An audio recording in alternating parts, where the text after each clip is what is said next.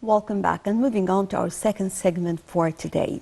Well, Lieutenant General Kamel Al-Wazir, Minister of Transport, signed or witnessed the signature of a new agreement or contract between the General Authority of the Red Sea Ports and the Ports Group Alliance Abu Dhabi for more developments taking place in the Safaga Sea Port.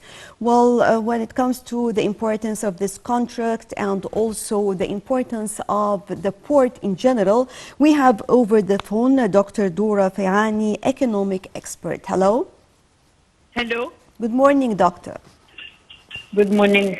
So first of all, I'd like to shed the light on the significance of this contract. Yes. Yes. No, on your meaning on the importance of this contract. Agricultural project?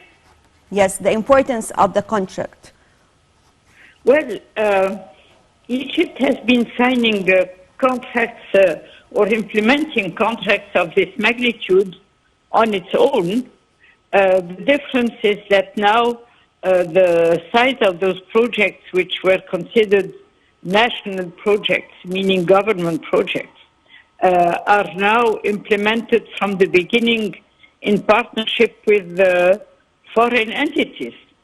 But it is not new to Egypt to implement large agro-industrial programs like that. Yes. Well, of course, we have many mega projects that took place recently all over Egypt, especially when it comes to the ports and the foreign investments that took place here in Egypt. Well, talking about this, how can it change the map in the area, for example, taking it from the economic point of view? Well, and I am not the only expert who say so. The problem is not really there. The question is that the overall Egypt development agro-food strategy is not completely studied, or at least if it's studied, it is not informed, not disseminated among the people, because the development of agriculture in Egypt requires two major, I would say, strategies. One is that, no doubt, that the large, what we call strategic crops, should be into large agri-business complexes, because the economy of scale requires that you have locations of factories near the location of the produce. And what we have seen with the last sugar crisis is a perfect demonstration that if the decision of the planting and the planning of the planting and cropping, with the factory needs would have been properly organized and timed, we probably would not have had this sugar crisis. But next to those large mega projects, there are 7 million Egyptian farmers who all produce on land either they rent or probably they have inherited through the different successions since Nasser's distribution of land time. And they are the ones who produce into between 1 fiddan to 5 fiddan of land size. And those ones are the ones for whom no organization is in place to improve their productivity. So, and this is where we also need large national projects. In what way we can say that this project is important to the development of the economic zone of the Golden Triangle, where the station was planned to serve all the mining activities of the Golden Triangle? Well, you cannot say this without having a proper soil and water analysis. If the soil and water in those areas is good or very good, then of course it's very important to develop the potential richness of the soil we have and the water in order to get maximum results. And as long as it's a big project, then of course it should be properly studied in order to have maximum results. But if you choose a location where the land is not the top of the top, or at least, or that the crops chosen for it are not the top of the top, then the results are doubtful. So my answer is that, of course, what is good for Egypt and any agricultural development per se is based on having a mix of sources of revenue. So if again the characteristics of this part of the land allow for full agribusiness development, then by all means, if they are there, we should not stop at the minerals, we should also develop this. But again, as I said, what needs to be done in order to have a balanced progress is programs for which large programs need to be done, because the nature of the crop requires it. I mean, no doubt that wheat or soya, for example, when it is produced in very large quantity, which allow economy of scale, of machinery, investment, and so on. So, of course, the costs will be more interesting. And the option for going large pieces of land for strategic crops should be adopted.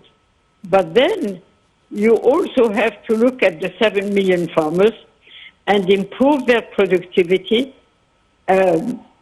provide them with the technical information they need, whether digital or more engineers or a mix of the two, and support this acquisition of knowledge in order to get the maximum outcome of their small pieces of land.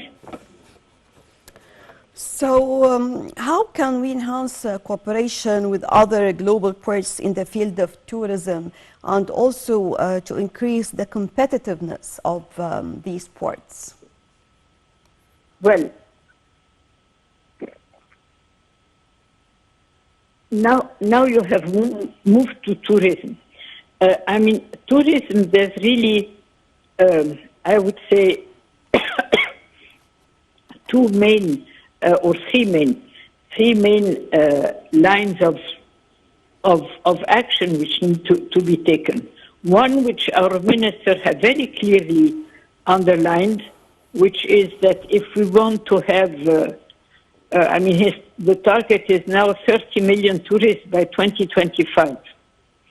That would obviously mean more bedrooms and more seats on airplanes. That's a fact. It's a given, and I think he's doing a very good job about that. Then you have two other ones, which are much more challenging. And one is to create the sorts of tourism which tourists are now looking for in many countries, having offers similar to Egypt. And that goes under the category sustainable tourism. So it's rural tourism, it's handicraft, it's food heritage. It is what is all coming under the word experience, which is what tourists around the world are looking for. So we need to do a real effort in this, because it's not just that it's new.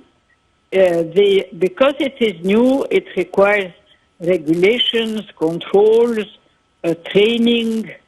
And then there is the third element, which is obviously the most difficult, is to get the Egyptian at large, whoever is in contact with the tourists, from the commissary on the train to the taxi driver to the guy in the bazaar, whoever is in contact with the tourists,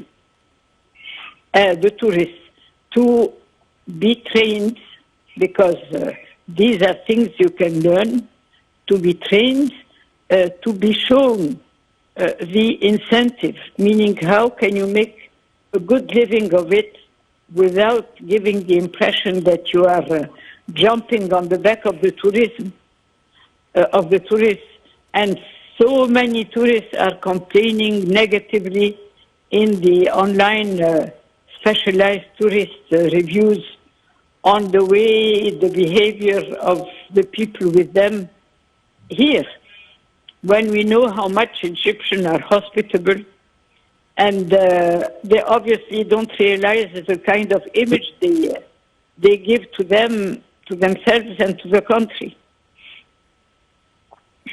Right, but I believe that this actually was some time ago, because recently we have seen many developments taking place all around of the touristic sites in Egypt, especially here in Cairo. And actually people are more and more aware, even children in the area, when it comes to different districts and the way it is now organized, starting from the Giza Pyramids Plateau, expanding to all over the country, for the tourism sites and the bazaars, as you mentioned, transportation. Well, of course, this helped a lot. Let me ask here about the Abu Dhabi ports, because this company is specialized in operating services and cruise ship terminals. So how can we take benefit of this in particular when it comes to economy in general and in tourism in particular? Well, it's very simple and very obvious to me. Abu Dhabi and Saudi have lots of funds. They benefit for a number of reasons. First, they are very recent on the last boys on the ground, the most recent ones. And second, they have lots of money. Third, we are neighbors, and it's in their interest to have prosperous neighbors. And therefore, I'm sure that it's much more easy for them to invest the same amount of money in Egypt than, for example, in Spain or in Italy. The thing is, unfortunately, is that because the Emirati and the Saudi, for that sake, have realized how much tourism can be a game changer for the image of a country. Right, Dr. Dora Fayhany, economic expert, thank you very much for joining us. And I guess with this we come to the end of our breakfast show for today. Thank you all for joining us. Stay tuned for more coming up on Nile TV International.